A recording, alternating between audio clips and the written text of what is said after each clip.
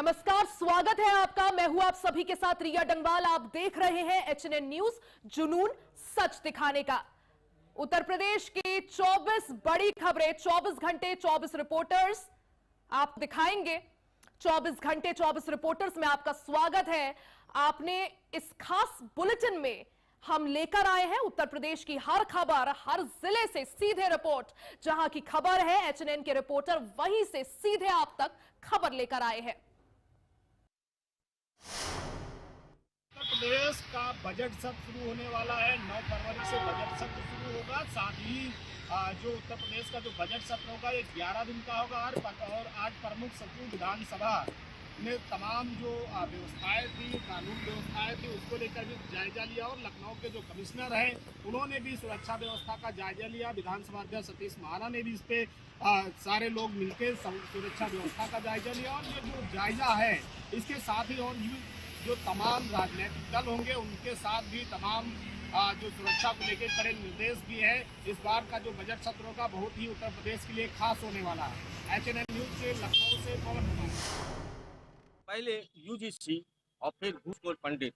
फिलहाल इस पर सरकारी कार्रवाई का इंतजार है। और अगर बात की जाए तो ये ओटीटी प्लेटफॉर्म पर प्रसारित सामग्री को लेकर ही सारा मामला चल रहा है, जिसने समाज में एक नई बहस को जन्म दे दिया है। अखिल भारतीय सर्व ब्राह्मण महासभा की तरफ से माननीय मुख्यमंत्री जी को संबोधित एक ज्ञापन है।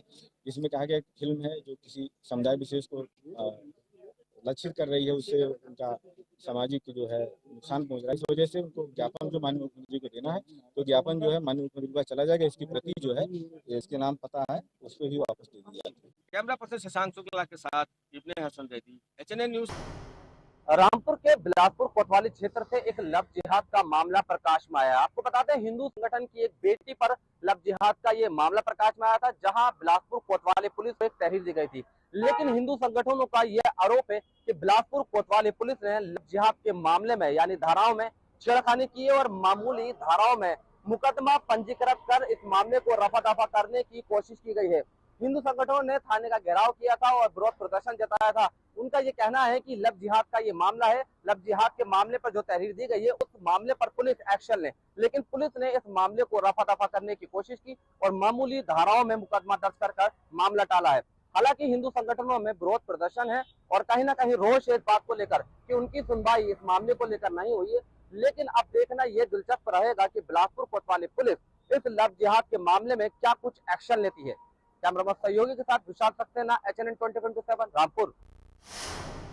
विधानसभा 2027 के चुनाव को आगे देखते हुए बसपा सुप्रीमो मायावती ने एक अहम बैठक बुलाई है, जिसमें उन्होंने साफ तौर पे कहा है कि केंद्र सरकार और राज्य सरकार जनहित में काम ना करने की बजाय अपनी राजनीति जाति और धर्म के आड़ में चमकाने में लगी हुई है। उन्होंने अपने पदाधिकारियों को इस षड्यंत्र के खिलाफ सचेत रहने को बोला है और साफ तौर पे उन्होंने ये कहा था कि हम एक नए एजेंडे पे 2027 में घर घर जाकर अपने पदाधिकारियों को संदेश दिया है कि काम करें और जाके मिले जात धर्म का मतभेद हटाने का काम करें। कैमरामैन विभोर के साथ प्रशांत तिवारी, एचएनएन न्यूज।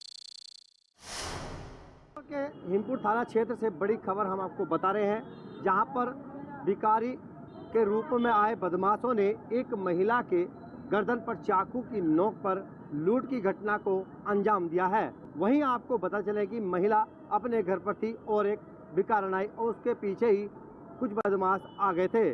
उसके बाद उसकी गर्दन पर चाकू की नोक पर सोना चांदी सहित आभूषण चोरी कर ले गए हैं। वहीं घटना की जानकारी होते ही पुलिस अधीक्षक अभिषेक जहां मौके पर पहुंचे हैं और उसके बाद पूरी जांच पड़ताल में जुट गए हैं। पुलिस अधीक्षक अभिषेक जहां ने बताया कि घटना से सीसीटीवी कैमरे खंगाल रही है, उसके बाद ही पूरे तथ्य पर जांच करेगी। वहीं महिला की तहरीर के आधार पर मुकदमा दर्ज कर लिया गया है और बदमाशों की तलाश में जुटी है। एचएनएन के लिए मैं गौरव त्यागी, बिजनौर। लखनऊ के बाजार खाला थाने पर वरिष्ठ अधिवक्ताओं ने अपने संगठन सहित एक जोरदार प्रदर्शन किया। एफआईआर दर्ज करने को लेकर अपनी मांगों को डटे रहे, जिसके बाद पुलिस अधिकारियों ने इस मामले का संज्ञान लिया और एफआईआर दर्ज करने का आश्वासन दिया। एचएनएन न्यूज के लिए लखनऊ से विशाल अंसारी। बरेली में एक बार फिर बुलडोजर कार्रवाई देखने को मिली है। बता दें आपको, बरेली के थाना मुजीबर क्षेत्र में आला हजरत नाम से एक अवैध मस्जिद बनी हुई थी और जहां पर आज एक कार्रवाई करी गई है। बरेली प्रशासन ने वहां पर कार्रवाई की। उस मस्जिद के को कई बार नोटिस दिया गया था कि मस्जिद को हटा लीजिए, मगर उसके बावजूद भी मस्जिद को हटाया नहीं गया। तो आज बरेली प्रशासन ने उस पर बड़ी कार्रवाई करी है। भारी रकम पुलिस मौजूद वहां पहुंची है और उन्होंने उस मस्जिद को ध्वस्त कर दिया है। वहां पर मौके पर भारी रकम पुलिस मौजूद है और उस मस्जिद को लगातार तोड़ा जा रहा है।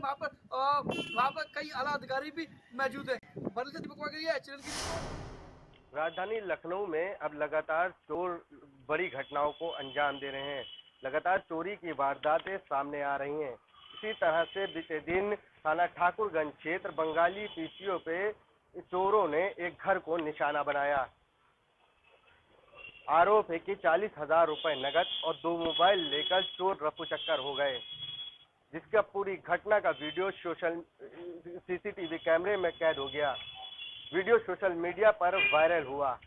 बताया जा रहा है इस घटना की सूचना पुलिस को दी, जिसके बाद पुलिस पूरे मामले की जांच कर रही है। एचएनएन न्यूज के लिए लखनऊ से जिशान अंसारी। उत्तर प्रदेश की योगी सरकार छात्रों के भविष्य को संभालने के लिए करोड़ों रुपए की योजनाओं से विद्यालयों को संभालने का प्रयास कर रही है। हालांकि शिक्षा मंत्री का साफ कहना है कि विद्यालयों को डिजिटल बनाया जाएगा, लेकिन झांसी के चिरगांव ब्लॉक के ग्राम सेमरी के प्राथमिक विद्यालय से एक ऐसी तस्वीर सामने आई है जो शिक्षा व्यवस्था पर सीधा करारा तमाचा मार रही है। जो छात्र विद्यालय में पढ़ने के लिए पहुंचे थे, उनके हाथों में तसला, फरुआ और गैती जैसे औजार थमा दिए गए और जो विद्यालय है उसके परिसर को समतलीकरण कराया जा रहा है। और जो वहां पर तैनात शिक्षक हैं, उन्होंने वायरल वीडियो में यहाँ तक कि कह दिया कि जो बच्चे हैं वो बगीचा विद्यालय में बना रहे हैं। आप समझिए, जिन शिक्षकों के कांधों पर ये जिम्मेदारी है, उन शिक्षकों का ये बेतुका बयान सामने आ रहा है। ये वीडियो सोशल मीडिया पर वायरल है। हालांकि जो शिक्षा विभाग के जिम्मेदार अधिकारी हैं, वो किसी भी प्रकार से इस पूरे मामले पर बोलने के लिए तैयार नहीं है। हमारी टीम ने जो चिरगांव ब्लॉक के एबीएस हैं, उनसे भी बात करने का प्रयास किया, लेकिन उन्होंने भी अभी फोन से कोई जवाब नहीं मिला। हालांकि ये वीडियो अब सोशल मीडिया पर जमकर वायरल है और कहीं ना कहीं वीडियो वायरल होने के बाद जिम्मेदार अभिभावकों में और जिम्मेदार अधिकारियों पर अब सवाल खड़े हो रहे हैं। Dhirendra Raikabar, HNN 24x7, Jhansi. मुरादाबाद के थाना कुंदरगी क्षेत्र में उस समय हड़कंप मच गया जब फिल्मी अंदाज में 2 युवकों ने एक घर पर जाकर कई राउंड फायरिंग कर दी। आपको बता दें, पुराने रंजिश के चलते एक युवक ने हाथ में अवैध हथियार लिए और दूसरा युवक हाथ में देसी राइफल लिए एक घर में घुस गए और कई राउंड फायरिंग कर दी। महिला ने अपने घर की कुंडी लगाकर जब बाहर आई, एक युवक को देसी हथियार लिए हुआ था, जिसको महिला ने रोका। महिला के रोकने पर युवक ने उस महिला को हाथ से धक्का दे दिया और कहा कि हट जा, अब तेरा पति नहीं बचेगा, और महिला को धक्का देते हुए आगे बढ़ने लगा, जिसका वीडियो भी सोशल मीडिया पर तेजी से वायरल हुआ है। पुलिस ने जब वीडियो सोशल मीडिया पर वायरल हुआ, पुलिस हरकत में आई। पुलिस पूरे मामले में मुकदमा पंजीकृत करा, जिसमें 2 अभियुक्तों के खिलाफ नामजद और एक अज्ञात के खिलाफ एफआईआर दर्ज की गई।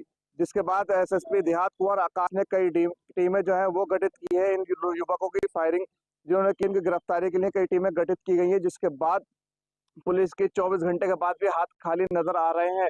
इन दोनों युवक अभी तक फरार चल रहे हैं। जिसके बाद कल रात इन्हीं युवकों ने फिर दोबारा से उसी महिला के घर 10 से 12 गुंडे बदमाश लेकर फिर हम कर दिया, जिसमें 12 दर्जन से अधिक लोग उस महिला के घर में घुस के बच्चों को और महिलाओं को मारे हुए नजर आ रहे हैं। मुरादाबाद से एचएनएन के लिए खिजर अंसारी।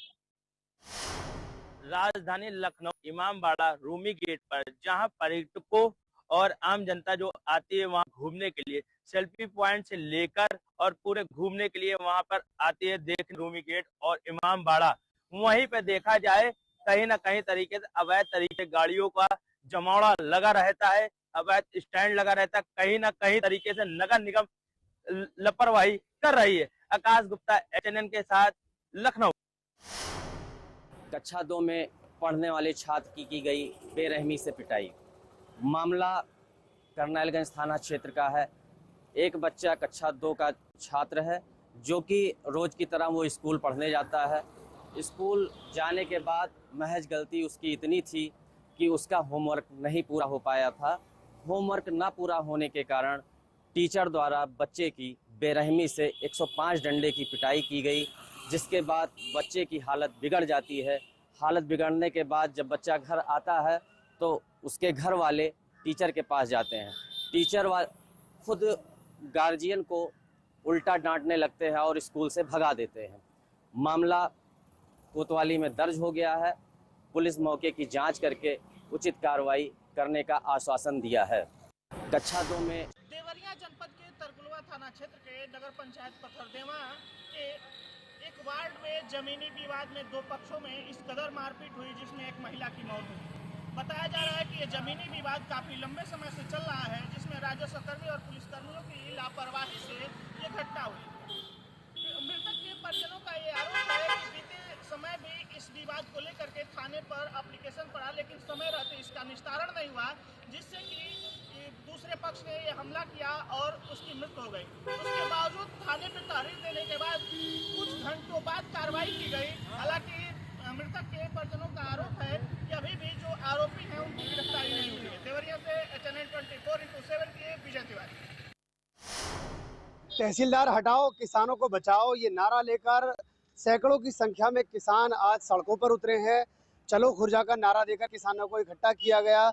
आज इस वक्त हम मौजूद हैं बुलंदशहर के खुर्जा में और ये अस्पताल रोड है। यहाँ दूसरी तस्वीर में जो आपको किसान पैदल मार्च करते हुए और जमकर नारेबाजी करते हुए दिख रहे हैं, ये तस्वीर है खुर्जा के जेवर रोड की, जहाँ किसान आक्रोशित होकर सड़कों पर निकले हैं। किसानों का गंभीर आरोप है कि खुर्जा तहसीलदार जो है उनके द्वारा किसानों पर फर्जी मुकदमे लिख दिए गए हैं। इसके अलावा जो लिंक एक्सप्रेसवे के लिए भूमि अधिग्रहण की गई है वो किसानों से औने पौने दामों में विभाग द्वारा ले ली गई है। किसानों की मांग है कि यहाँ खुर्जा तहसील पर जो तहसीलदार तैनात है उनको तत्काल प्रभाव से हटाया जाए। उन्होंने किसानों पर फर्जी मुकदमे लिखे हैं, उनकी भी जांच की जाए। इसके अलावा लिंक एक्सप्रेसवे के लिए जो भूमि अधिग्रहण की गई है किसानों को उसके लिए उचित मुआवजा दिया है। इन सभी मांगों को लेकर किसान जो है सड़कों पर पैदल मार्च कर रहे हैं, जमकर नारेबाजी कर रहे हैं। कई थानों की पुलिस फोर्स और कई पुलिस अधिकारी मौके पर मोर्चा संभाले हुए हैं। अब देखना यह होगा कि इसका समाधान क्या निकलता है और किस तरह के आश्वासन के बाद किसान जो हैं राजी होते हैं। अपने सहयोगी फिरोज मलिक के साथ में हामिद सैफी, HNN न्यूज़ बुलंदशहर। यहाँ रुकेंगे एक छोटे से ब्रेक के लिए, बने रहे हमारे साथ, देखते रहे HNN न्यूज़, जुनून सच दिखाने का।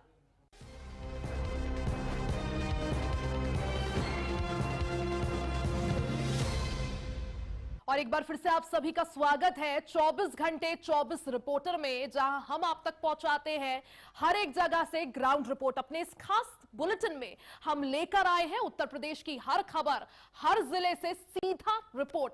जहां की खबर है HNN के रिपोर्टर वहीं से सीधा आप तक खबर लेकर आए हैं। उत्तर प्रदेश की राज्यपाल के आधिकारिक आवास जन भवन में 3 दिवसीय प्रादेशिक फल साग भाजी प्रदर्शनी का आयोजन किया जा रहा है। इस दौरान यहां पर भारी संख्या में लोग इसे देखने आ रहे हैं। ये 57वीं प्रदर्शनी है जो कि राजभवन यानी कि जन भवन में लगाई जा रही है। इसमें 15 फीट की लौकी, 15 किलो का कद्दू और फूलों से बना हुआ राम दरबार व श्री कृष्ण की मूर्ति लोगों को आकर्षित कर रही है। इसके साथ ही भारतीय सेना, रेलवे, लखनऊ मेट्रो की भी प्रदर्शनी इस कार्यक्रम में लगी हुई है। लगातार यहां पर लोगों की भीड़ बढ़ती जा रही है। राजधानी लखनऊ के अलावा आसपास के जिलों से भी लोग इस प्रदर्शनी को देखने आ रहे हैं। 3 दिवसीय इस प्रदर्शनी में जन भवन आम लोगों के लिए खोला गया है, जहां पर लोग अपने प्रदेश में उगाए जाने वाले फल, फूल इत्यादि की जानकारी ले सकते हैं। और जो मुख्य आकर्षण के केंद्र हैं वो है 15 फीट की लौकी, 15 किलो का कद्दू और फूलों से बना हुआ राम दरबार व फूलों से बनी हुई श्री कृष्ण की मूर्ति। वीडियो जर्नलिस्ट समर के साथ पुनीत मोहन, HNN न्यूज़, लखनऊ। आज यूजीसी के समर्थन में जो है बहुजन समाज के लोग जो है पद यात्रा कर रहे हैं। आज पडरौना के बावली चौक से लेकर जिला मुख्यालय स्थित रवींद्र नगर जिला अधिकारी को राष्ट्रपति के नाम से संबोधित ज्ञापन भी सौंपेंगे क्योंकि ये यूजीसी बिल लागू हो। इसके लिए एक तरफ सरकार ये बिल लेकर आई तो वहीं सुप्रीम कोर्ट ने इस पे स्टे दे दिया। अब देखना ये है कि इन लोगों की मांग पूरी होती है कि नहीं। इसमें जो है बहुजन समाज के लोगों का कहना है कि यदि ये बिल पास नहीं होगी तो हम लोग आर पार की लड़ाई लड़ेंगे। अब ये आने वाले समय में ही तय होगा कि यह बिल लागू होगी कि नहीं। संस्थानों में छात्र छात्राओं तथा उसके स्टाफ के लिए लागू होता है। इसके पहले भी 1952 में यूजीसी नियमावली बनी थी, लेकिन वो इतना सशक्त नहीं था, जिसके कारण इस देश में रोहित वेमुला जैसे होनहार छात्र तथा पल्लवी तावड़ी जैसे होनहार छात्रा को अपनी जान गंवानी पड़ी। Shailendra Gupta, HN news, Kushinagar. बुलंदशहर की रहने वाली सोशल मीडिया इन्फ्लुएंसर युवती कोतवाली नगर पहुंचती है और वहां एक मनचले के खिलाफ पुलिस को शिकायत देती है कि एक मनचला उसे सोशल मीडिया पर अपशब्द कह रहा है, यौन संबंध बनाने का दबाव बना रहा है। इस तरह के आरोप की शिकायत कोतवाली प्रभारी ने हेड कांस्टेबल कुलदीप राठी को सौंपी और जांच करने को कहा।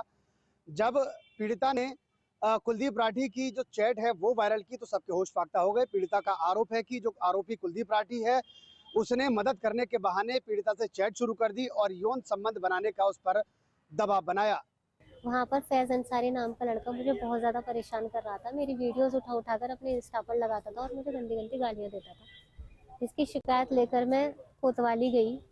जब मैं कोतवाली पहुँची तो वहाँ पर सबने मुझसे कहा है कि ये कुलदीप राठी जी हैं, ये आपकी समस्या का समाधान करेंगे। तो मैंने उनको सारी चीज़ बताई।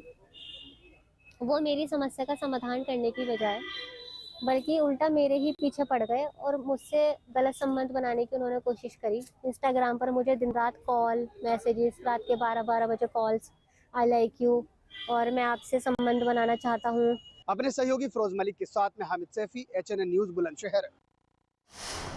प्रतापगढ़ के लोगों को मेडिकल कॉलेज खुलने के बाद सारी सुविधा उपलब्ध होने का दावा किया जा रहा है। वहीं आज के डेट में प्रतापगढ़ मेडिकल कॉलेज में जो भी पेशेंट आते हैं, सीरियस पेशेंट, उन्हें प्रयागराज रेफर किया जा रहा है। जबकि मुख्यमंत्री और प्रधानमंत्री का मानना था कि हर जनपद में अगर मेडिकल कॉलेज खुल जाएगा तो लोगों को वहीं पे आराम से उपचार हो जाएगा। लेकिन इसके इतर देखा जाए तो आज भी ओपीडी में जो डॉक्टर यहाँ पे बैठते हैं वो समय से बैठते नहीं, कहीं मेडिकल स्टोरों पे, कहीं प्राइवेट अस्पतालों में बैठकर मरीजों का इलाज कर रहे हैं। दूर दराज से आने वाले पेशेंट तीमारदार परेशान होते हैं, यहाँ से वहाँ इस कमरे तक चक्कर लगाते हैं, लेकिन डॉक्टरों का मिलना नामुमकिन रहता है। कभी कदार डॉक्टर मिल भी जाते हैं तो उनको दिखाई के काफ़ी लंबी कतारें लगती हैं और 2 बजे के बाद बचे हुए लोग डॉक्टरों को अपना इलाज नहीं करवा पाते हैं। यही सारी समस्याएं बनी हुई है और इस पर कोई भी ध्यान नहीं दे रहा है।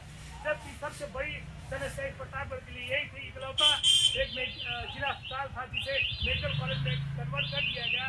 छात्रों की संख्या तो है लेकिन पढ़ाने वाले और डॉक्टर इलाज करने वाले डॉक्टर मेडिकल कॉलेज में नदारत रहते हैं। Pawan Singh, HN news, Pratapgarh.